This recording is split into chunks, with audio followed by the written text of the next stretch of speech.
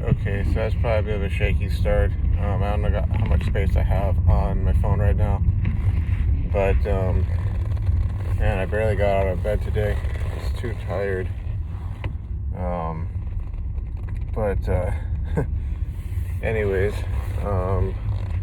apparently I'm still uploading like the first part of this video that I made last night, just talking about some other stuff that happened. Not really Nofap related, but day is 136. Day 136 of Nofap. Yeah, I'm kind of losing track of the days as I, get this far in, and I have other stuff going on in life, so which is probably a good thing. If you're that busy taking care of responsibilities and priorities or whatever, that you really don't have the time to go, okay, what day it is, what day is it? But like I said, kind of barely got out of bed. I might be a couple minutes late, but I did stay an extra hour. But then on the drive home, I got stuck in traffic. They closed off about like 5 out of it's 5 out of the 6 lanes, and there was this like choke point where it's kind of like a trickle of cars could go through. I'm not sure why. I'm not sure if there was construction or if it was like an accident or so. I don't remember seeing any ambulances go by or fire trucks, so I really don't know what could have been the cause. But I got home really late and tried to unwind a bit, but then it was just kind of the point where I was like, okay, I'm just going to bed. I didn't get really all that much done at home. I mean, I can all likelihood easily catch up because the list of stuff I had written down for yesterday wasn't all that heavy. It was essentially trying to get some stuff done ahead of time. But in the future, I'm probably going to be, I'm going to add some stuff to my to-do list probably for the rest of the week each day. Once I get my hands on all these in-class activities from the last few weeks and just sort of assign them like I used to do with just textbook problems, create my own problem sets, and I just, essentially be like, 5 or 10 problems per problem set, and I just go and do that, and then I, cross it off as I got it done. That's how I do that with my statics and dynamics classes. And also some of the upper division engineering courses in my undergrad. So, I found that really effective. So I'll be doing that. But I'll have to catch up. It's not gonna be too bad, in all likelihood, and that's probably gonna be most of my day. Assuming that I'm gonna get a repeat of yesterday.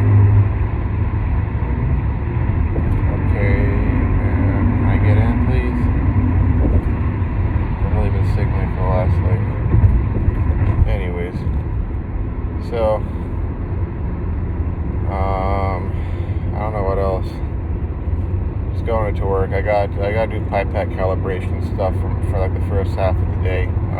I got started yesterday, but then I got pulled into another build that I originally wasn't scheduled for, but they needed an extra hand, so I just got on that. And I also had to print out some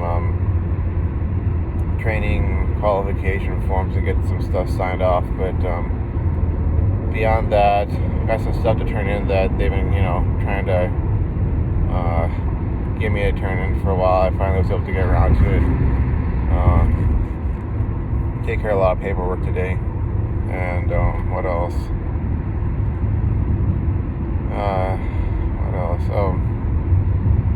Make some corrections to some other paperwork.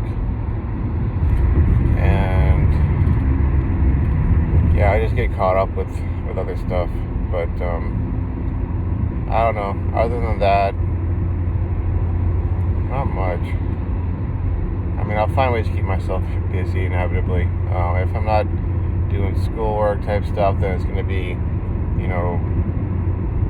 like chores. Maybe doing a load of laundry, finishing that up, sort of a thing. What else? I don't know. I mean, luckily yesterday, even though it was a 3-hour drive, which should have been half an hour, I did have another podcast from Jocko Willing to listen to. So, and it's one I'd been kind of looking for, about this South Vietnamese King Bee pilot, and his experience, flying as a as a helicopter pilot, extracting people from combat zones, basically, and eventually, him making all these sacrifices, and it was like harrowing stuff. And at first I thought that some of the stuff that happened was because he'd been like captured or so, but no, it was basically like some of the injuries he suffered. But the fact that he was willing to continue to go back in and risk his own life to save not only Americans but others, and it's good to, I think, listen to that kind of stuff to a certain extent, because it at least gives you perspective. Like, okay, maybe what I'm going through ain't that bad. And a little bit of inspiration to keep going and be committed, that sort of thing. But I hope the other video finishes uploading, and then I can remove it from the memory on this phone, and I can upload part 2.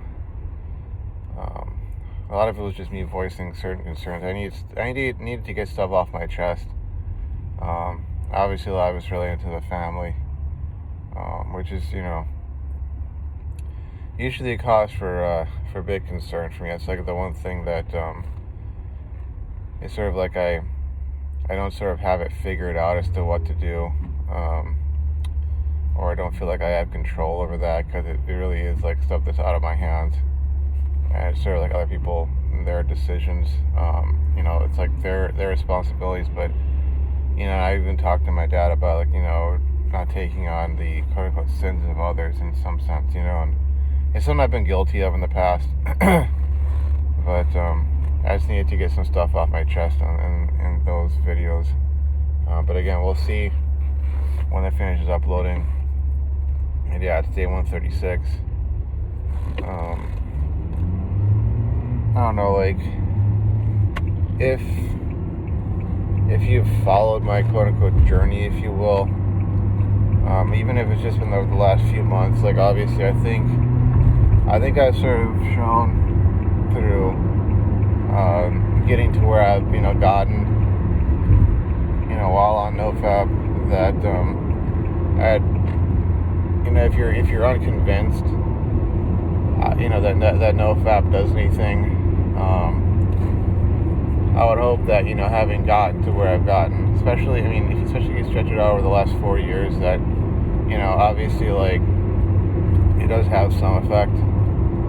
It's not the end all be all, but it can be used to initiate change, to sort of force yourself to change your ways, or reflect, or develop some deeper understanding of yourself, and how you think, how you react to the world versus responding to it, even just like your almost like your mental health or so, but yeah, I think one question I still have personally with regards to NoFap and PMO is like the actual physical health aspect, because I think I have talked about it like probably years ago. I don't know if I've really talked about it like in recent times, but it's been sort of a question in my mind. Like, I get the psychological aspect of PMO, compulsion or addiction, but like the physical aspect, because of like how it affects your musculature and your cardiovascular health, and of that nature, because, and maybe due to some weight gain, and maybe due to the nature of my job. Maybe I don't have the best ergonomics or posture or whatever, but I do get like muscle strain or muscle like pain, and I oftentimes wonder, like, is that in part because of PMO? Because I spent several years where I had stretches of time where I'd be free of that for like a couple weeks, maybe even a month, sometimes 2 or 3 months. But it was like enough time added up over, let's say, 5, 6, 7 years, where the majority of the time I was engaging in PMO, and I wonder like how much that messed up my physical health, not just psychological. Like the psychological is obvious, I think, to anybody who has issues with PMO, and if they get on Nofap, and then they kind of, you get far enough along, then you're like, wow, like I really feel different, psychologically, but like physically, I don't think that aspect gets talked about that much. It's almost like you have the obvious like psychological aspect of any sort of addiction or compulsion, but then you have to sort of ask yourself, like, how is this affecting you physically? Because I know, like, with a lot of folks who deal with more like controlled substance addictions, they definitely have like actual physical effects. Things like a large left ventricles in their heart, and issues with their, like, I think probably like blood vessel dilation or blood pressure in general, stuff of that nature, where it's like, that's why a lot of them end up, dying relatively young. Like, you probably know some celebrities who, as it turned out, had some sort of addiction to, let's say, cocaine or crack or heroin or something of that nature. And if it wasn't something psychological that caused their death, there's always necessarily, the autopsy and, well, this is what the doctors think happened, so to speak. And if you look at their age and you're like, wow, they're really young, like, why are they having those kinds of issues? And then you find out that they are addicted to some, super stimulant or something of that nature. Like, it's like, oh, okay, didn't know that about, the aspect of, I didn't know they were, dealing with that at that point. But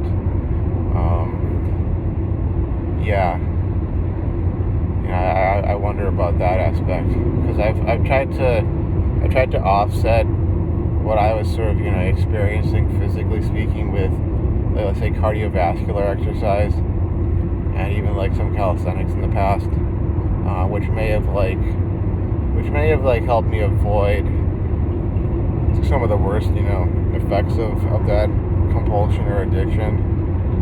And I know I definitely do remember reading a post, I think it was on the Nofap subreddit, where this guy was talking about like how his doctor had told him that because he had he was in actually like great physical shape in terms of like BMI and musculature and that sort of thing.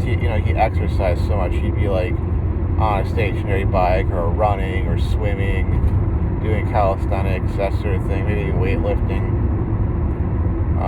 And he obviously was on the Nofap subreddit. He admitted that he had issues with PMO, but he had ended up dealing with, like, I think hypertension and some chest pains and stuff like that, and I think it was insomnia.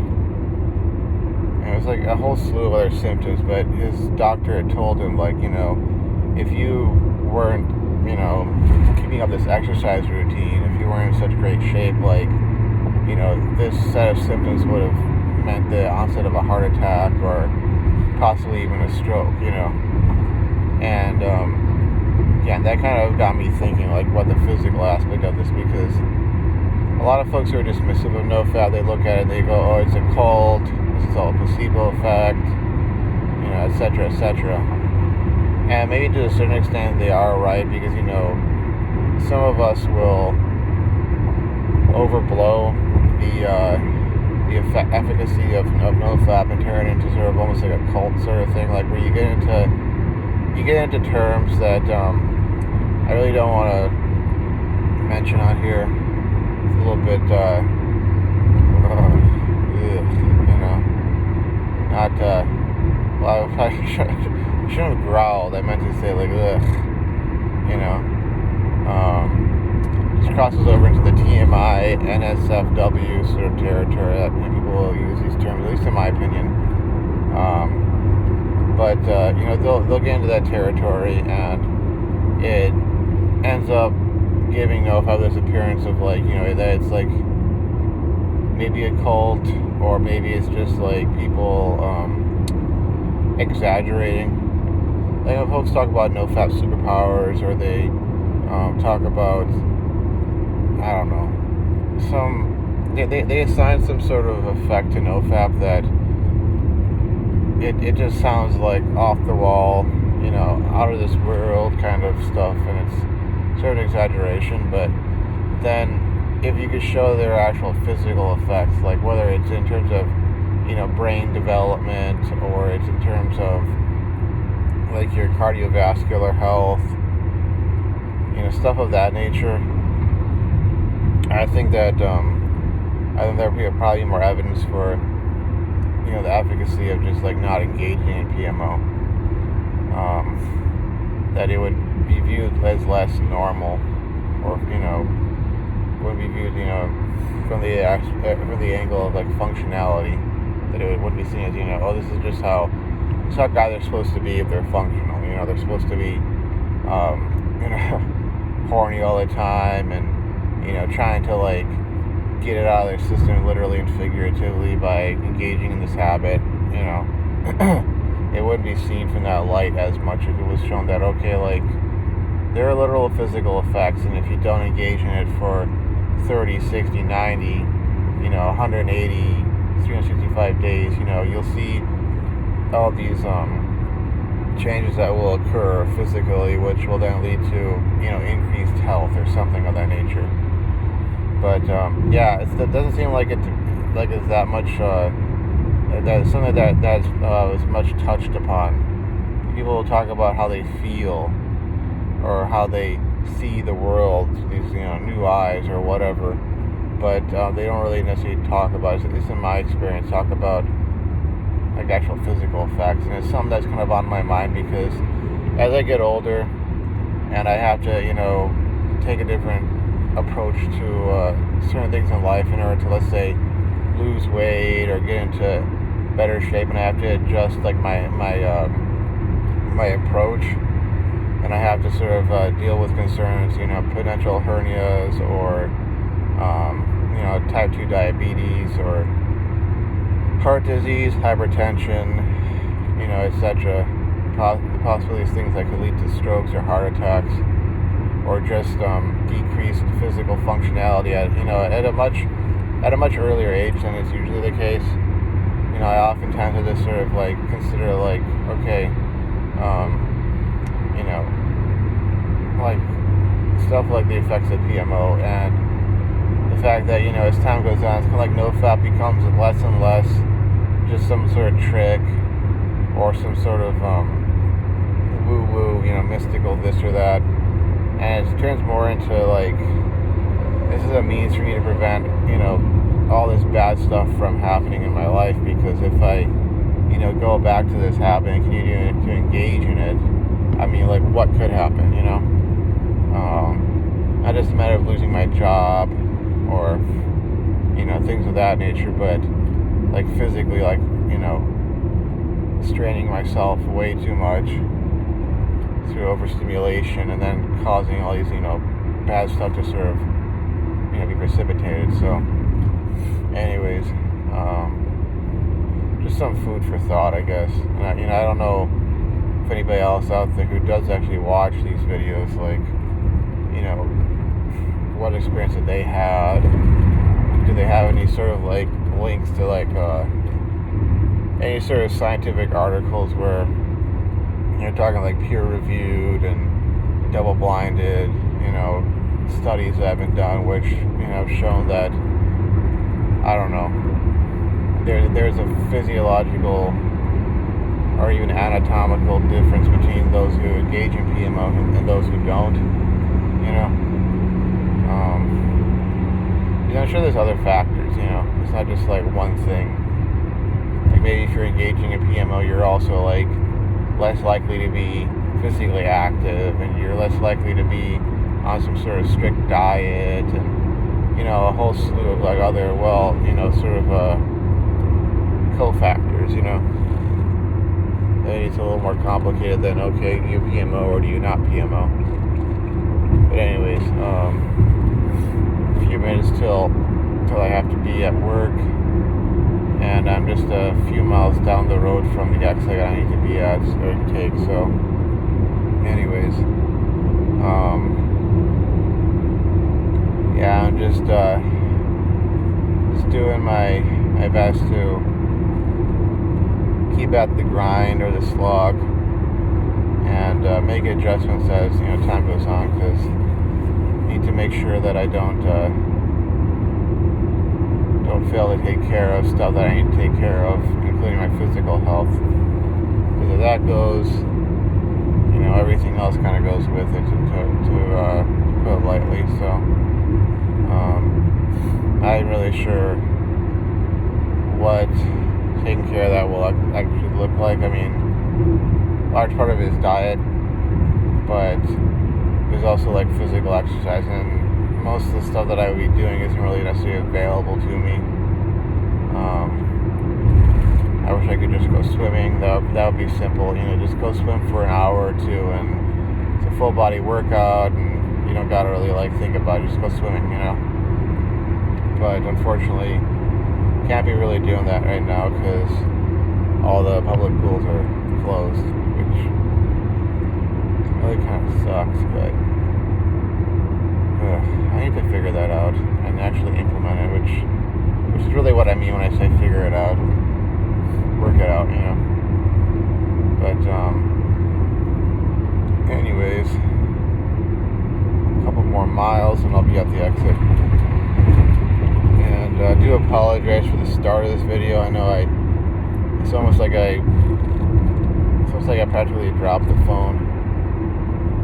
And it's not the usual thing for me to have a really jittery,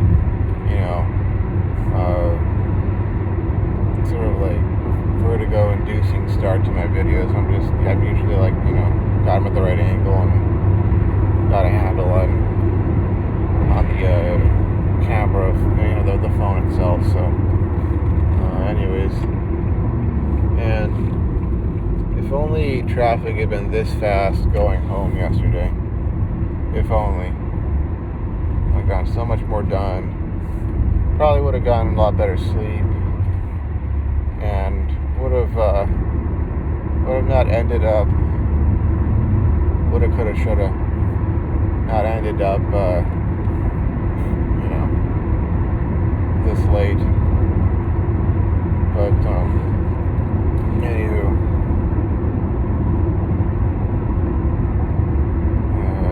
don't have much else to say. Again, it's day 136.